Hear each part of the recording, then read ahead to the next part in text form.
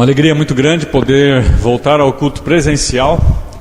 E eu quero convidar você a abrir a sua Bíblia em Colossenses capítulo 3. Nós temos aqui uma passagem bíblica muito coerente, muito alegre, muito grata. E o apóstolo Paulo aqui, tratando com os irmãos de Colossos, ele vai mostrar 3 razões de gratidão pela igreja. Então nós veremos nessa noite essas 3 gratidões a Deus pela igreja. Nós vamos ler os versículos, e eu gostaria que você prestasse bem atenção, porque os 3 versículos vai fazer referência sobre a igreja, e eles terminam com a palavra gratidão.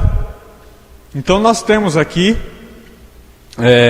um momento bem gostoso de celebração.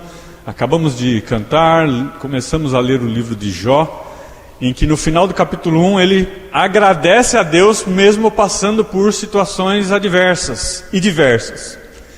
E por esse culto presencial que Deus tem abençoado e respondido às nossas orações no seu tempo, eu creio que vem calhar muito bem nós como igreja agradecermos a Deus, aprendemos a agradecer a Deus. Talvez Tiago no final cantar aquele cântico, né? Te louvarei, não importa as circunstâncias. Cai muito bem. Viu, Sidão? E aí a gente pode encerrar com esse cântico também. Acharam? Colossenses capítulo 3, nós vamos ler do verso 15, 16 e 17. Diz assim então a Sagrada Escritura: seja a paz de Cristo, o juiz, o árbitro, em vossos corações, a qual também fostes chamados em um só corpo, e sede, o quê? Agradecidos. Verso 16: habite ricamente em vós a palavra de Cristo. O Tiago desafiou a gente nas nossas devocionais, não é? Instruí-vos e aconselhai-vos mutuamente em toda a sabedoria, louvando a Deus com salmos, hinos e cânticos espirituais, com gratidão em vossos corações. E o último versículo 17: em tudo que fizerdes, seja em palavra, seja em ação, fazei em nome do Senhor Jesus, dando por Ele graças, gratidão a Deus o Pai. Vamos orar? Obrigado, Pai, por podermos pertencer ao Senhor e agora, com a Bíblia em punho, nos debruçarmos, nos banquetearmos com a Tua verdade. Obrigado a Deus por nos ensinar sobre gratidão, num período em que muitos não querem congregar, estão afastados, muitos murmurando, reclamando de igreja, mudando de igreja, e é muito triste ver pessoas julgando a sua igreja, não se relacionando com pessoas da igreja, devido a fofocas, maledicências, iras no coração, e que a Tua palavra seja realmente esse juiz, esse árbitro nessa noite, e nos traga clareza de testemunharmos sobre a Tua igreja, nos alegrarmos com a Tua igreja, e enquanto muitos se satisfazem com reuniões online, com programas distantes, que possamos nos voltar ao primeiro amor, de ter a preocupação, se relacionar com os irmãos. Para quem não sabe, agora há pouco, antes de vir pregar, pude orar com uma senhora na porta da igreja ali fora, que perdeu o marido e veio até a sua igreja. E agora a Ana está lá aconselhando, orientando, orando, que possamos estar na sua dependência com portas abertas, para acolher e ajudar os aflitos. Obrigado a Deus, em nome de Jesus, abençoe a vida da Tua serva. Amém. Muito bem, então Colossenses, Paulo chega e dá essa injeção de ânimo, de encorajamento, falando sobre igreja e ao mesmo tempo gratidão, enquanto muitos está faltando o amor pela igreja, de ir na igreja só por obrigação, de saírem da igreja por qualquer discussão. trocam de igreja como se fosse algum tipo de remédio genérico, culpam a igreja e, no final de tudo, esquecem de serem gratos a Deus pela igreja. Há de se duvidar se de fato aquele que age dessa forma é a igreja ou não. O fato de nós pensarmos na palavra igreja, que vem do verbo grego eklesia, que significa chamados para fora, no sentido de que nós estávamos perdidos no pecado, no mundo, no tremedal de lama inútil, e Deus vem e nos resgata do império das trevas, nos salva e nos firma os passos sobre a rocha dentro da sua graça salvadora maravilhosa. Então, igreja é ser chamados para fora. Sai fora do mundo e se alinha, se limpa, tem uma vida diferente. Só que depois, esse verbo eclesia, que é chamado para fora, ele tem também um segundo sentido, de que igreja é sair para fora de quatro paredes, ir por todo mundo e pregar o evangelho, é ser chamado para fazer missões e resgatar as nações. Deu para entender? Então a igreja não é ficar esquentando banco, não é estar aqui e continuar sujo. É essa vida nova, transformadora e que gera no nosso coração, diante da ação de Deus, gratidão. E pensando nisso, o texto que vem calhar muito bem, o apóstolo Paulo, no primeiro versículo que nós lemos, ele começa dizendo assim: seja a paz de Cristo o árbitro no nosso coração, o juiz no nosso coração. Por que que a paz de Deus tem que ser aquilo que nos alerta, que nos avisa, que nos corrige, que nos encoraja, que nos anima? A paz de Deus, porque foi Ele que nos resgatou, foi Ele que nos arregimentou, que nos salvou, e só Ele pode dar essa paz. O que estava acontecendo na igreja de Colossos, assim como em Gálatas, na igreja de Éfeso e tantas outras? No princípio da igreja, havia ali os convertidos que eram o povo judeu. Porque os judeus, a Bíblia fala que Jesus veio para os seus, os judeus, e os seus o rejeitaram.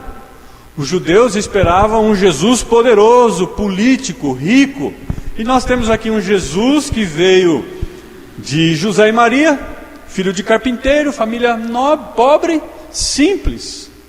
E os judeus então falaram: não, esse não é o Messias que nós aguardamos, esse não é o Salvador que nós aguardamos.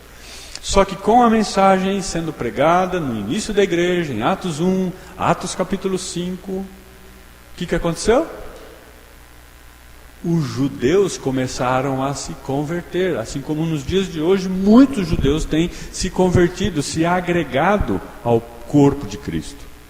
Só que não só os judeus começaram a se converter, mas também o povo que vivia no paganismo, que são os gentios. Quem são os gentios? Qualquer tipo de gente, inclusive nós aqui. E aí você imagina judeu junto com gentil, gostos e costumes diferentes, culturas diferentes, nações diferentes, só que um Deus, Pai de todos.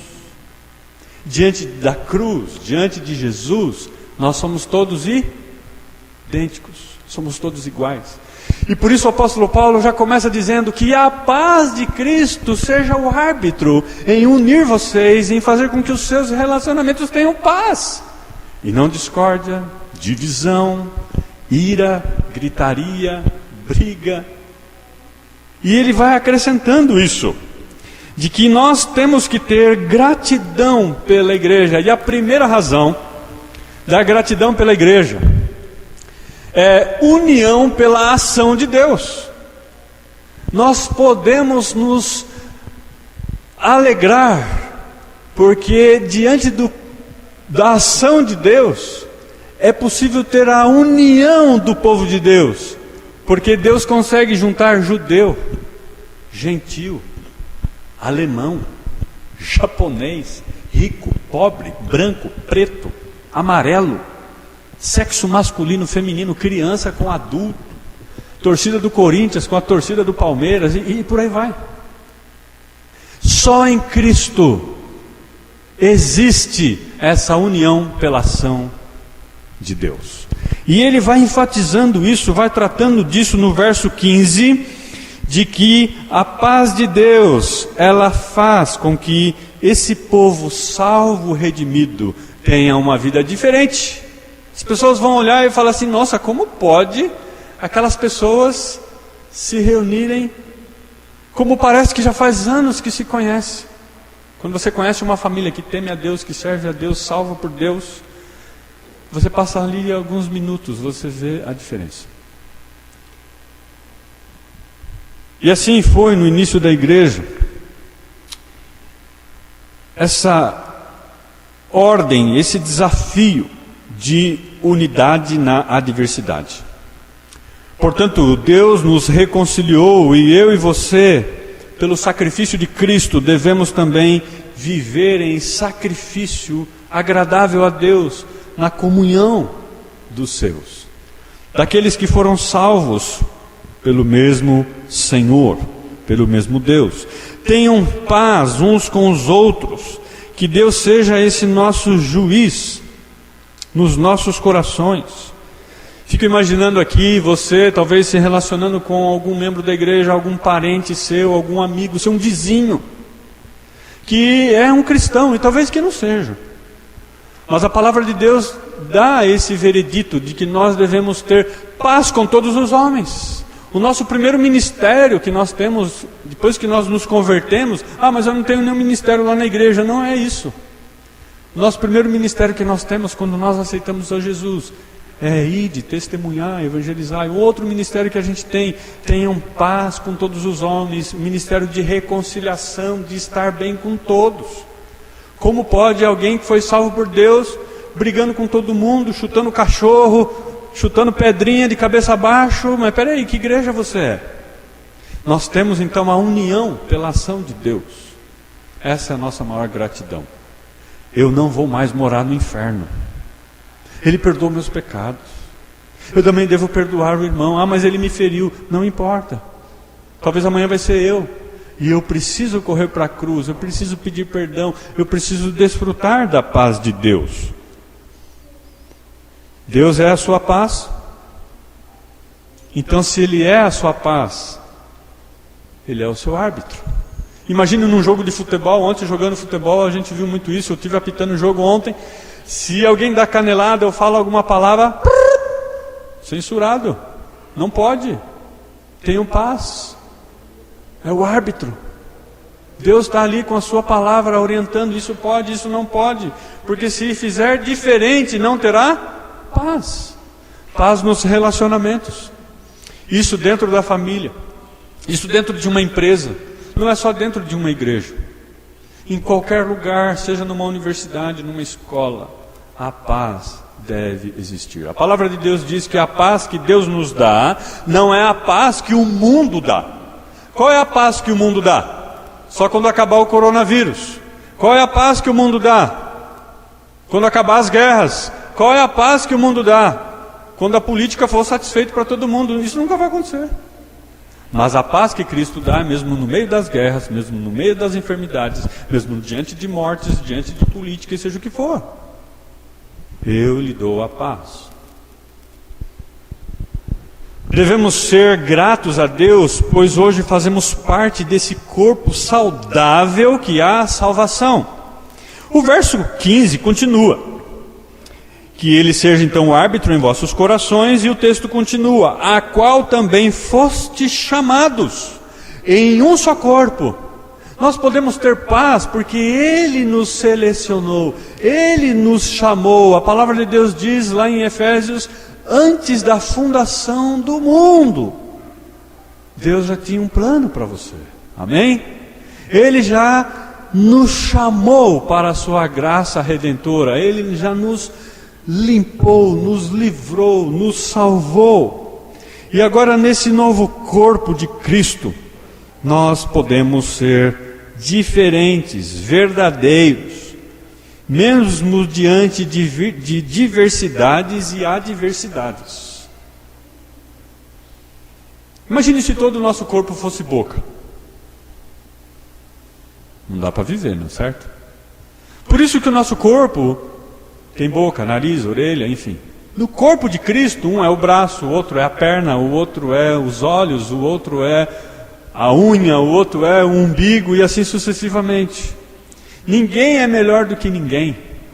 Um auxilia e ajuda o outro. Tudo é o corpo. Claro que o cabeça é Cristo. Mas nós temos que pensar nos dons espirituais que Deus também nos deu. Um tem o dom de servir, o outro de evangelizar, o outro de contribuir, o outro de orar, o outro de visitar, o outro de aconselhar e ensinar e assim sucessivamente. Diante de dons diferentes, personalidades diferentes, raças e culturas diferentes, Ele nos chamou para essa unidade, mesmo na diversidade. A questão que nós temos que pensar também é que essa paz, ela determina o nosso testemunho, de nos relacionarmos, de sermos igreja, de vivermos igreja. Somos esse corpo, movido pela graça de Deus, na família de Deus, de termos essa gratidão de vários dons espirituais diferentes. Temos um só Senhor, a Bíblia diz. Temos um só batismo. O Espírito de Deus veio e habitou. Ele é um em todos. Ele nos chamou dessa forma. Não podemos viver em divergências, e sim viver com esse respeito e temor a Ele. A obra de Cristo quebrou o muro de separação de nós para com Deus. Eu tenho livre acesso a Deus quando eu entendi e criei e me converti. Como que eu tenho agora muros, barreiras contra o meu cônjuge, contra o meu filho, contra algum ente querido ou contra o meu vizinho? Sobe o muro, põe cerca elétrica, põe concertina, põe cadeado, põe câmera, põe alarme. Que é isso? Nós precisamos lembrar que em Jesus não há mais separação e sim união. A Bíblia nos anima e nos exorta sobre esses relacionamentos de unidades. Em várias cartas pastorais, nós precisamos demonstrar isso. Pense bem comigo, se uma pessoa não tem paz consigo mesmo e com alguma outra pessoa, avalie-se. Você tem essa gratidão no coração? Porque o povo de Deus deve viver em gratidão pela união da ação de Deus. O verso 15 está recheado disso. Todos os 3 versículos, todas as 3 gratidões está falando de igreja e finaliza falando, como agora nós já lemos, o verso 15 termina: e sede agradecidos por isso. Nós temos esse mandamento, esse decreto, de que eu preciso agradecer. Nós lemos aqui agora há pouco, começamos a leitura nos cultos, como o Tiago mesmo disse, na igreja contemporânea, no início do século, quando começou a igreja neotestamentária, se lia a Bíblia por horas no culto. Não era um capítulo, viu, Tiago? Era horas lendo a Bíblia. Nós lemos um capítulo e terminou com Jó, no capítulo 1, sendo agradecido. Eu vim a esse mundo sem nada, vou voltar sem nada. O Senhor deu, o Senhor tomou. Bendito seja o nome do Senhor. E quando nós estamos desanimados, afastados, nós não agradecemos a Deus, ainda começamos a bater na igreja. Porque fulano não me cumprimentou, porque o culto não cantou o que eu queria, porque a mensagem foi diferente. Sabe, a igreja é nossa? Não, ela é de Deus. Quem somos nós para poder ficarmos com picuinhas? Essa nova geração do mimimi, onde Deus chega e fala: sede agradecidos. O próximo versículo apresenta a segunda gratidão pela igreja. A segunda razão da gratidão pela igreja. Verso 16 começa dizendo: habite ricamente em vós a palavra de Cristo. Irmãos, é verdade ou não é? Que se eu for ler a Bíblia só no domingo à noite, como é que vai habitar ricamente em mim, em vós, a palavra de Cristo, se nós lemos só uma vez, em algumas horas na semana, ou no mês? Você se contenta com um culto online? A ideia aqui do texto é de que a palavra de Deus ela deve estar cimentada, impregnada, deve estar fundamentada em mim, a cada espaço da minha vida. Imagine que a sua vida é como se fosse uma casa. A palavra de Deus não pode estar só na cozinha, ela tem que estar em todos os cômodos. Você coloca um cântico lá na varanda e você vai lá para o banheiro, lá, você nem vai ouvir. É como se você pudesse deixar um microfone, como é que fala? Uma caixa de som que você tivesse em todos os cômodos da sua casa, você conseguisse ouvir, entender e ser transformado e aplicar aquilo que você está ouvindo, talvez uma mensagem, talvez um louvor. A ideia de habitar em mim e naqueles cômodos que eu tenho alguma coisa ruim guardada, escondida, uma sujeira. Não, aqui a palavra de Deus não precisa mexer. Não. Habite ricamente em vós a palavra de Cristo, seja por exortação, o texto vai falar, seja pelo ensino, ou chamar no canto, ao pé do ouvido, Deus ali limpando, trabalhando. Habite ricamente em vós, que a nossa vida, ela deve ser ocupada pela sua verdade, pela sua doutrina. Porque é a palavra de Deus que, a ouvir, a fé vem pelo ouvir e ouvir a palavra de Deus. E quando eu ouço Deus falando, opa, Ele me quebra. Deus sabe muito bem aonde nos despedaçar, nos moldar. Se eu não ouvir a palavra de Deus, se você vem aqui assistir um culto ou está assistindo um culto, a pessoa fica falando, não, porque eu fiz isso, porque eu conquistei isso, porque... Não, nós temos que falar de Cristo. A mensagem tem que ser cristocêntrica. É Deus falando ao nosso coração agora. E Ele fala, ricamente eu quero ser em você. Eu quero participar do seu dia a dia, dos seus negócios, das suas decisões. E eu habitando ricamente em vós, será saudável. Eu vou ferir, mas eu vou também curar. A minha palavra, ela exorta, mas ela também é doce. Ela orienta.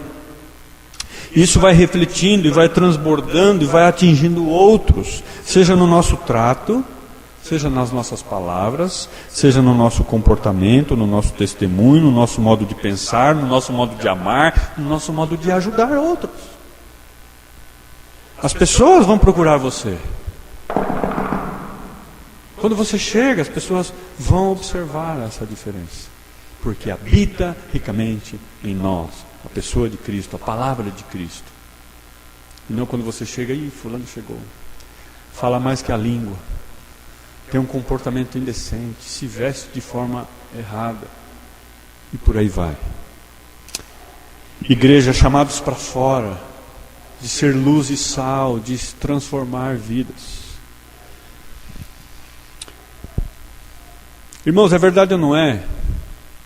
De que quando há um aniversário você se alegra, se tem um casamento você se alegra, se tem um novo emprego você se alegra, se tem algo novo você se alegra. Nós temos a salvação em Cristo, fazemos parte da família de Cristo, temos o perdão de Cristo. Paulo está dizendo aos Colossenses, se alegra. Por isso, habitar ricamente em vós a palavra de Cristo nos leva a se alegrar. E quando nós pensamos em se alegrar, nós pensamos naquilo que o texto fala: louvor, cânticos, hinos espirituais, salmos. Nós sabemos que alguns meses, agora a gente terminou, semana passada, o livro de Salmos. Como é maravilhoso ler o livro de Salmos. Aqui está falando que tanto Salmo hinos e cânticos espirituais, todos eles juntos, ambos nos edificam. Todos eles são úteis para a nossa edificação. Por quê? Você está lendo porções da Escritura em que o salmista ou o autor está louvando a Deus. Agora, a verdade não é que a gente pode pegar e assistir aí e ver muitos louvores que estão lançando, que são só vãs repetições e que não mudam vida, não edificam a nossa vida. E eu não vou ficar ouvindo aquilo. Não vamos nem entrar em detalhes aqui de cânticos, que não são espirituais, que não vai mudar a nossa vida. Não estou falando que a gente vai cantar só hino, mas tem muitos cânticos aí, e até hinos, que, olha, não edificam. Então a ideia aqui, que o apóstolo Paulo está aconselhando os irmãos de Colossos, é de ter uma vida de gratidão. Como nós vimos, gratidão, a primeira razão é essa, da união pela ação de Deus, e agora adoração pela atuação de Deus. Nós podemos cantar, louvar, adorar pela atuação de Deus em nós, e que deve habitar, regar, nutrir a nossa vida, estar cheio desse Espírito de Deus nos nossos corações, ao ponto de reconhecermos que isso é a atuação de Deus. Como pode o texto de Jó que nós lemos hoje e estamos aplicando no nosso sermão, de que mesmo nas perdas, mesmo nas dificuldades, nas diferenças, bendito seja o nome do Senhor. Ele está louvando com salmos, cânticos, hinos espirituais, porque Deus faz sentido na minha vida. O diabo pode me tirar tudo? Vou repetir, o diabo pode me tirar tudo? Sim ou não? Não, ele não pode tirar tudo, porque tudo que eu tenho é Deus. Foi assim que Jó olhou, e Jó adorou. Correto? O diabo pode tirar então algumas coisas que não são de Deus. Em terceiro, para nós terminarmos, está muito gostoso falar aqui nesse culto presencial de gratidão a Deus, pensando nessa igreja que não fica com mimimi, sem compromisso, sem se congregar, como a palavra de Deus fala, isso é costume de alguns, e nos exorta nesse sentido de que devemos nos congregar como sabendo que os dias são piores, são difíceis.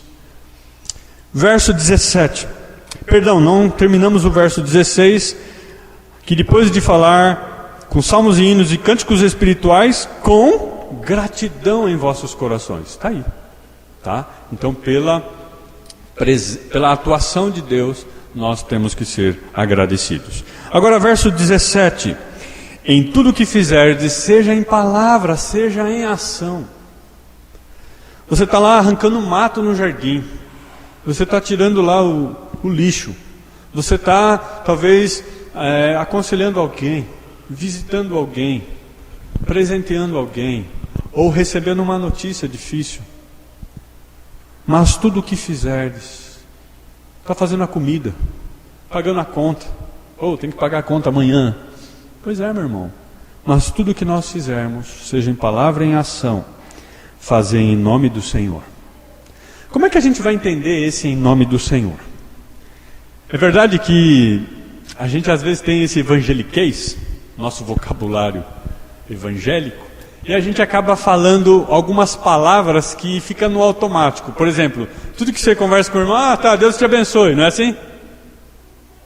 Vai com Deus, não é assim? Esse é automático. Deus te abençoe, vai com Deus. Outras palavrinhas que a gente ouve muito, que está no automático. A graça e a paz. Em nome de Jesus. Nós não podemos levar isso como algo muito automático, muito rápido, sem sentido nenhum. Isso faz sentido para nós. Tem um porquê, tem uma coerência. Então, essa terceira razão de gratidão pela igreja, o verso 17, ele mostra que é a representação pela mão de Deus. Se Deus está ali presente, nós representamos. A palavra de Deus diz, por exemplo, aqui, de que nós somos embaixadores de Cristo. O que é ser embaixador de Cristo? Nós estamos aqui nesse mundo no lugar de Cristo. O que o embaixador faz? O embaixador, ele representa o seu país de origem. Nós estamos aqui representando o céu e é para lá que nós vamos. E como representante do céu, eu sou grato a Deus por representar pela a mão de Deus, pela bênção de Deus. Então, quando o apóstolo Paulo diz: e tudo o que fizerdes, seja em palavra e em ação, eu tenho que lembrar que eu estou representando o próprio Deus.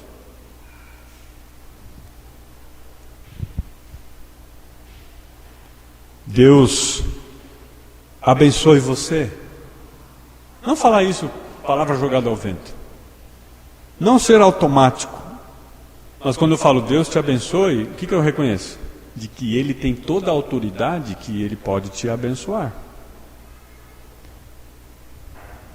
Em nome de Jesus, Ele tem autoridade e que deve ser feito, que Ele pode mudar essa situação.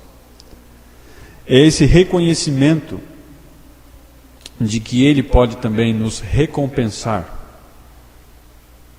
Deus te abençoe.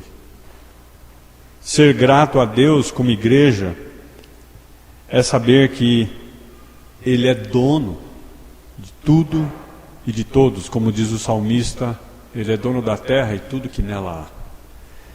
E eu quero terminar então lembrando de que muitos têm feito discursos contra a igreja, mudando de igreja, questionando a igreja e deixando de ser agradecidos pela igreja. Irmãos, sabemos que Deus tem o domínio sobre a igreja. Nós não somos dono da igreja. Lógico que eu posso chegar numa igreja e sugerir um cântico que traga edificação. Claro que eu posso chegar para o pastor e falar: pastor, você poderia pregar sobre esse assunto? Seja no encontro de casais, seja no púlpito, seja numa reunião de jovens, adolescentes, de crianças, juniores. Nós podemos abençoar, aconselhar, sugerir, nos relacionar, nos perdoar, nos amar. Somos embaixadores de Cristo, somos herdeiros e co-herdeiros da multiforme graça de Deus. Paulo está dizendo: olha, essa representação pela mão de Deus, de que nós somos dele, devemos agir como ele, que isso fique nítido no nosso coração. Eu creio que também serve essa noite como uma avaliação, de sermos gratos a Deus pela união da ação de Deus, sermos gratos a Deus pela adoração, estar feliz, porque nós vamos estar um dia com Ele lá no céu, no nosso casamento, essa adoração da atuação de Deus, e também sermos gratos pela representação, pela mão de Deus em nós. Nós somos dele e para Ele são todas as coisas. Vamos orar. Obrigado ao Pai por podermos encerrar o nosso culto diante da Sua palavra, que nos levou hoje a sermos agradecidos. Obrigado, Pai, porque esse é o ponto principal de uma vida cristã. Diante de tão grande salvação que o Senhor fez, termos uma vida alegre, de celebração, mesmo diante de situações difíceis. Nós sabemos que nada pode nos separar do Teu amor. Que Satanás não pode tirar o tudo, porque o nosso tudo é o Senhor. E que ainda que venha perdas, que ainda venha dificuldades, o Senhor merece a nossa gratidão. o nosso louvor com salmos, cânticos e hinos espirituais. Continue trabalhando na nossa igreja e que longe de nós divisões, discussões, questionamentos fúteis, que não traga edificação. E que a Tua palavra, os nossos cânticos, os nossos ensinos, exortações, sejam regadas pela doutrina, pela Tua verdade, e que seja ricamente em todo o corpo, em toda a nossa vida como igreja, como família também. Te louvamos por tudo isso no nome de Jesus. Amém. Sede agradecidos, quero convidar você a ficar em pé e nós vamos louvar ao Senhor com mais um cântico.